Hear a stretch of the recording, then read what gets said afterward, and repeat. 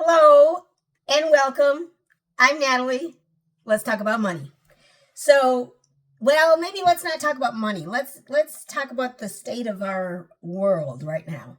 So, I have said before, I'm not a political person. I don't do all the political this and that and everything, all the commentary. I don't care about any of that.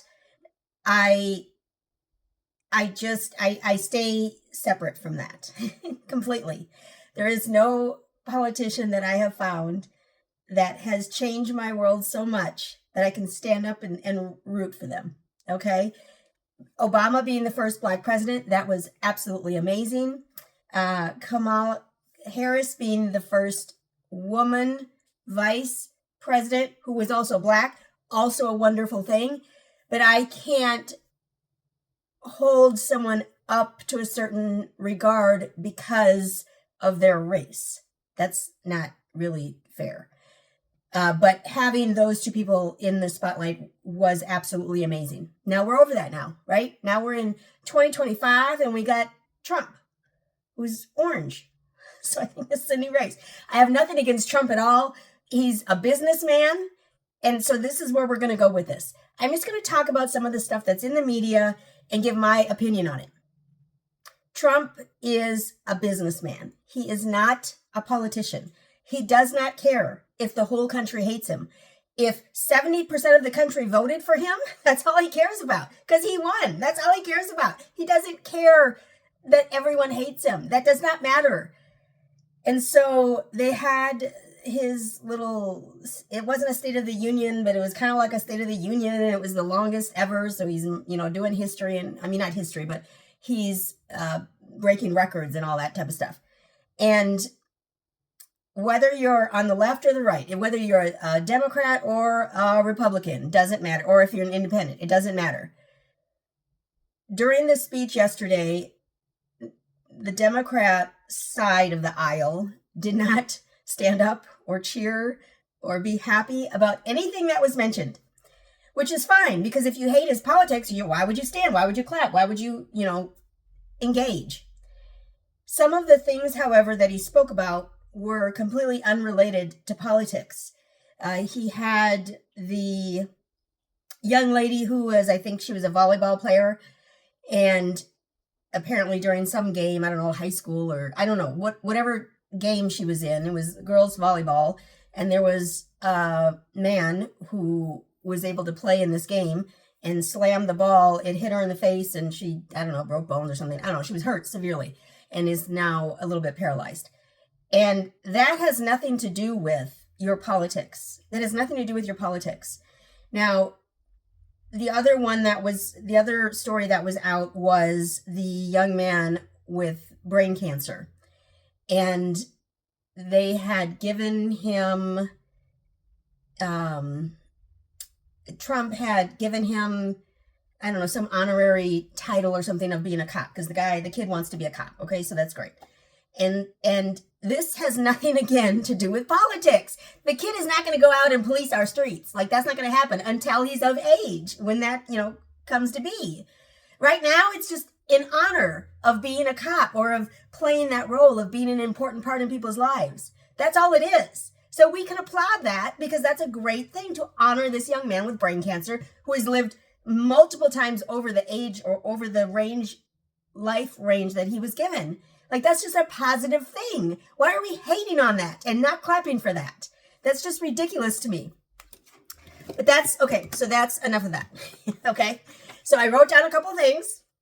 I try to write down so that now I'm not giving too many rants. That right there was a little bit of a rant. So I apologize. I've wasted 4 minutes already now? I haven't even gotten to my point. So first point is Trump is a businessman. He has run businesses. He did run the country some years ago. But he's a businessman. So he cares about business. He cares about money. Who's going to make the most money? Who's going to be ahead in money? Who's going to bring the country the most money? Who's going to keep the most money in the country? This is what he cares about. As Americans, we should probably care about that as well, because otherwise our economy is unstable if we can't keep money in our country. Okay. So whether or not you agree with the way that he's trying to bring money into the country, he is trying to make this country into a business. He is trying to make it into a profitable business for everyone who lives here, including, I think, us regular Americans that don't give a shit what he's doing. Okay. The tariffs are a big deal. They are going to affect many things. I believe he put, or the tariff with Mexico is on hold, I believe, for another 30 days. Apparently they are working out a deal to figure out what to do. And so that's good. And I just don't think that people should take an unreasonable stand when it comes to something they disagree with. If I am a lover of Harris and you are a lover of Trump, that has nothing to do with whether I like you or not. I may not agree with you on that specific idea, but that has nothing to do with whether I like you or not, or whether you're my friend, or whether you're my family member, or whatever else.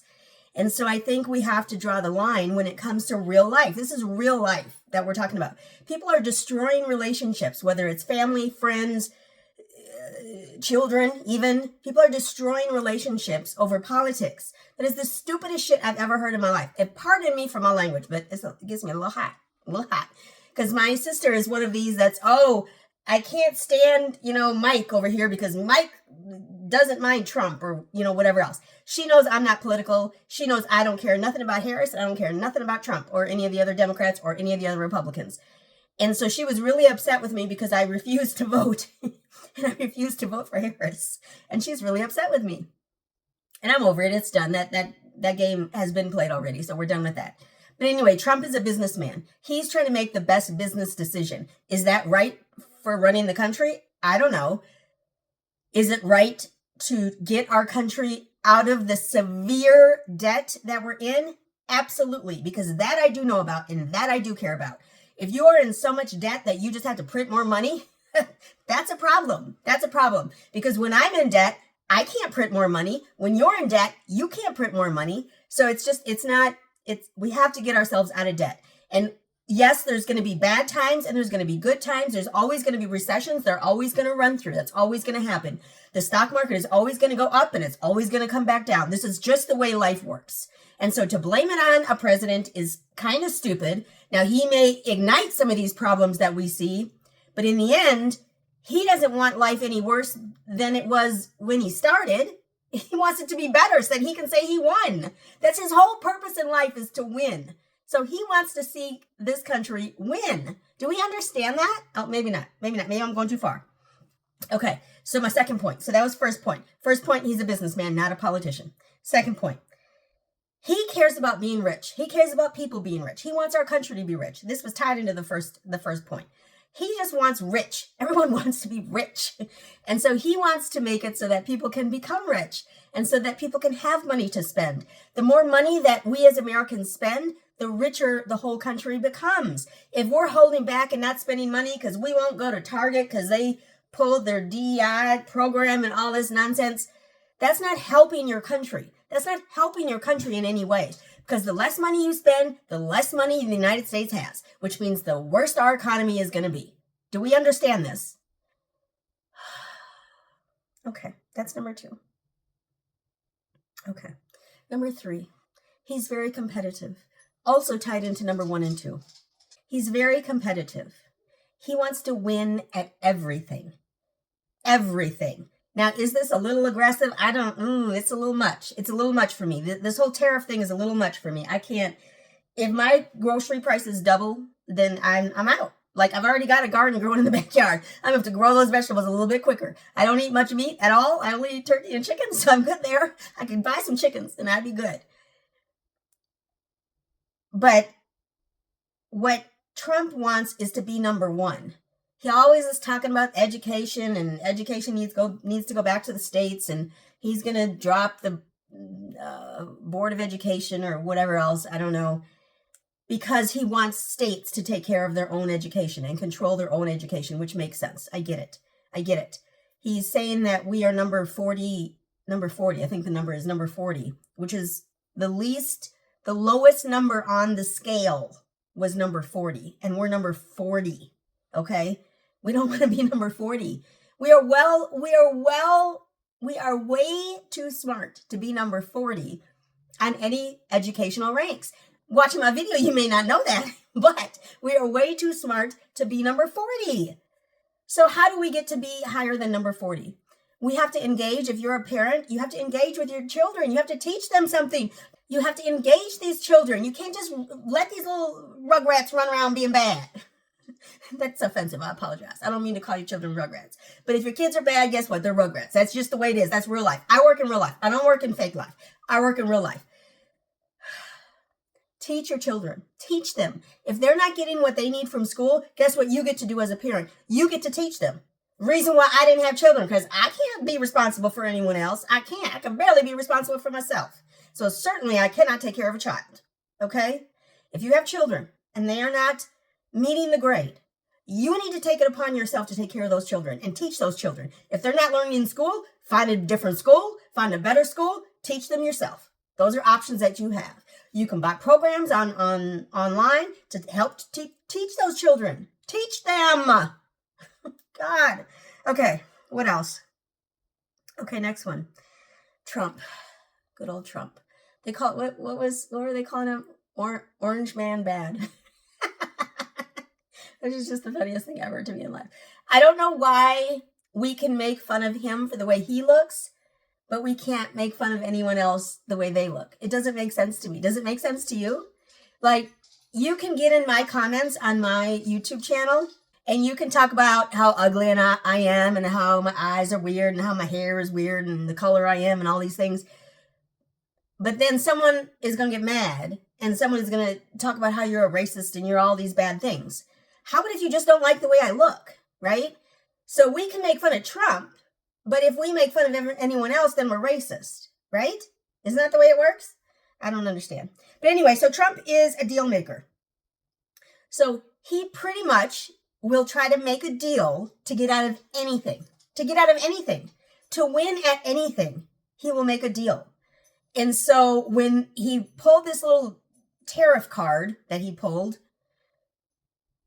for some reason in the back of my mind, I think he was doing it so that he could make a deal, so that he could come up with some fancy deal that would help save our country, save some money, or make money, actually. So he's a deal maker.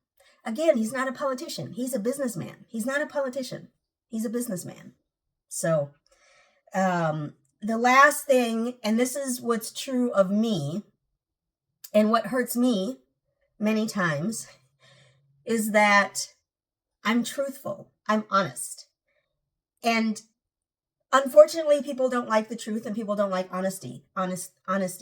They want to be led around like little sheep and just follow the path and, do the things. I think Trump is very honest and very truthful. Well, maybe not very truthful, but very honest, to say the least. When he sees something stupid, boy, oh boy, he says it's stupid. When he's done something stupid, I've never heard him say that he's done something stupid. Maybe I have. I don't think I have. But boy, when someone else says something stupid, he's sure enough to point it out. And so he's honest, and he does that shit. He points that shit out. He's really, how they talk about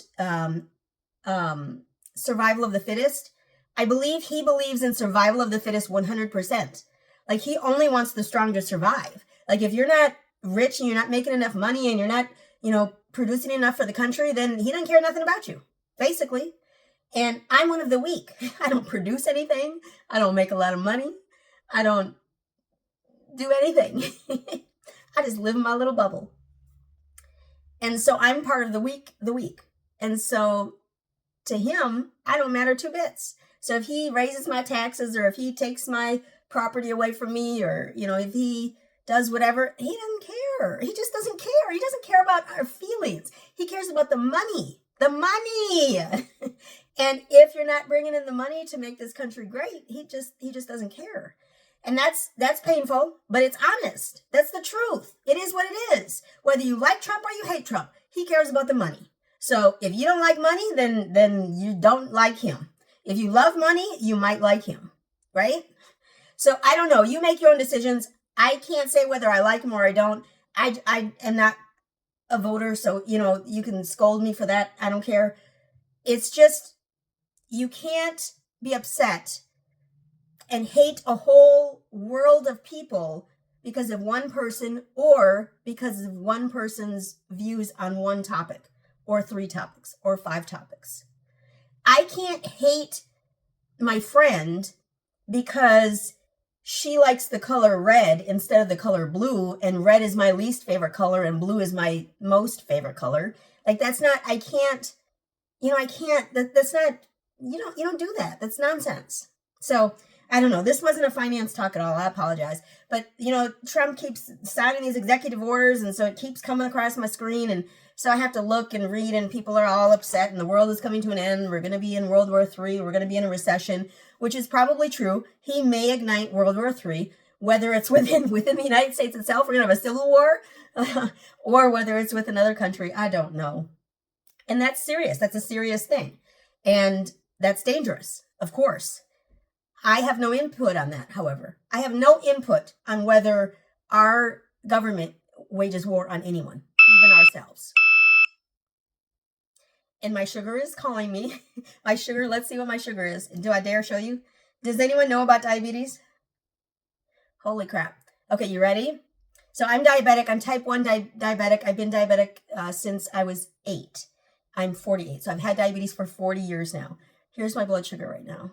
Can you see? Oh, it's backwards, so you can't see it. My sugar is high. So I got to go take some insulin and take care of that.